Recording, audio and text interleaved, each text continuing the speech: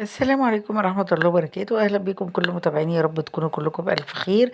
ما تنسوش تسموا بالله وتصلوا على الرسول في التعليقات، اللهم صل وسلم وبارك عليك يا حبيبي يا رسول الله. زي ما انتم شايفين معايا كفتة داوود باشا، والتحدي مع داوود باشا شخصيا.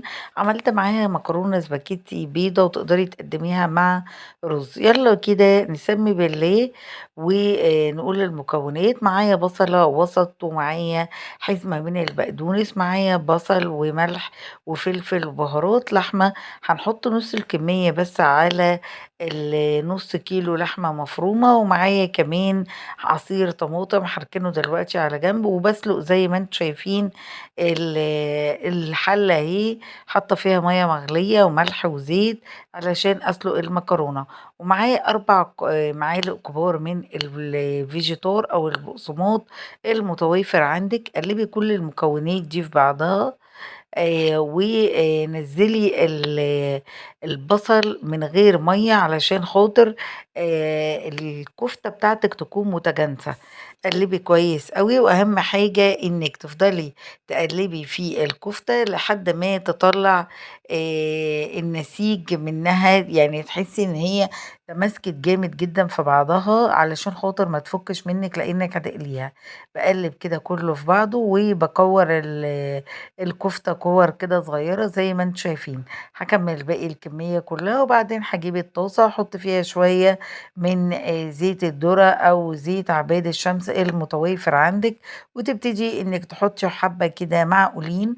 بس طبعا ما يكونش غزير لان دي مش بتتقلى، يعني القلية بتاعتها بتبقى خفيفة، ما بتبقاش زي ما بتنقلي بطاطس او حاجة تانية. دلوقتي عملت ايه؟ جبت كده كوباية من الدقيق وحطيتها على الكفتة، وببتدي أدحرج الكفتة في الدقيق علشان خاطر أقليها في الطاسة. أهم حاجة وانتي بعد ما تعفري الدقيق بالكفتة تنفضيه كويس جدا، وبعدين تتأكدي ان الزيت بتاعك قدح تنزلي فيه الكفتة. ما تقلبيش الكفتة خالص إلا لما تغير لون وتديكي اللون الجميل كأنك بالظبط شوياها. تقلبي الكفتة واحدة واحدة، وإن شاء الله مش هتفك أبدا منك لو اتبعتي الخطوات اللي قلتلك عليها. الكفتة بتاعتي زي ما انتوا شايفين ادت اللون اللي انا عايزاه. هبتدي اطلع الكفتة واحدة واحدة، وهبتدي ان انا استغل الزيت اللي معمول فيها علشان خاطر اعمل صوص الطماطم الخطير اللي هنستخدمه في المكرونة، وكمان هناكل بيه الكفتة. ممكن تعمليها مع رز أبيض، ممكن تقدميها مع مكرونة بيضة، ممكن تاكليها بالعيش زي ما انتوا حابين. مفيش أي مشكلة خالص.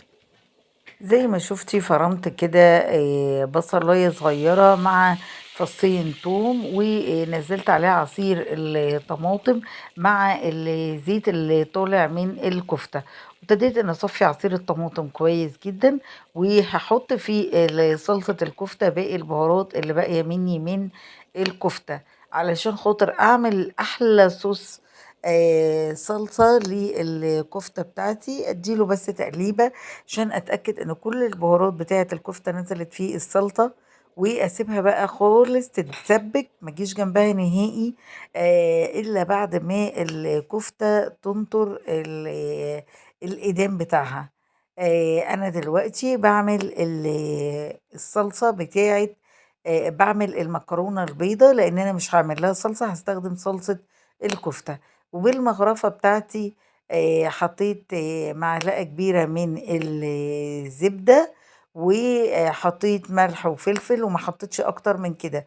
وابتديت ان انا اقلب كويس قوي علشان خاطر هسقط المكرونة بتاعتي.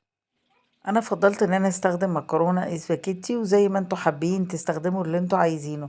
وعملتها بزبده وملح وفلفل بس، لاني زي ما قلت لكم انا حابه استخدم الصوص بتاع الكفته اللي هو صوص الصلصه ده، استخدمه في كل حاجه. وزي ما انتوا شايفين سايبه كده الصلصه تاخد وتدي بشكل ودي مع نفسها لحد ما تتسبك خالص. بس قلت عقبال ما تتسبك اكون مجهزه المكرونه بتاعتي، علشان على طول هحط الكفتة بتاعتي واسيبها تندمج مع الصلصة. وكمان هطلع المكرونة وتكون الوصفة بتاعتي كاملة. خلاص كده زي ما انتم شايفين الصلصة اتسبكت، على طول نزلت عليها بالصلصة اللي انا عاملاها، وهاسيبها برضه تتسبك معاها شوية علشان خاطر تاخد من صوص ال الصلصة، وقد إيه يبقى تحفة وجميل معاها. بجد لو جربتوا الوصفة دي مش هتبطلوا تعملوها، ويا ريت لو وصلتوا معايا للخطوة دي ما تنسوش لايك وشير وسبسكرايب علشان يوصلك مني كل جديد. وده كده الشكل النهائي بتاعها، بجد تحفة جدًا وجميلة جدًا، جدًا. باتمنى وصفتي تكون عجبتكم، ومع السلامة واشوفكم على خير إن شاء الله في فيديو جديد.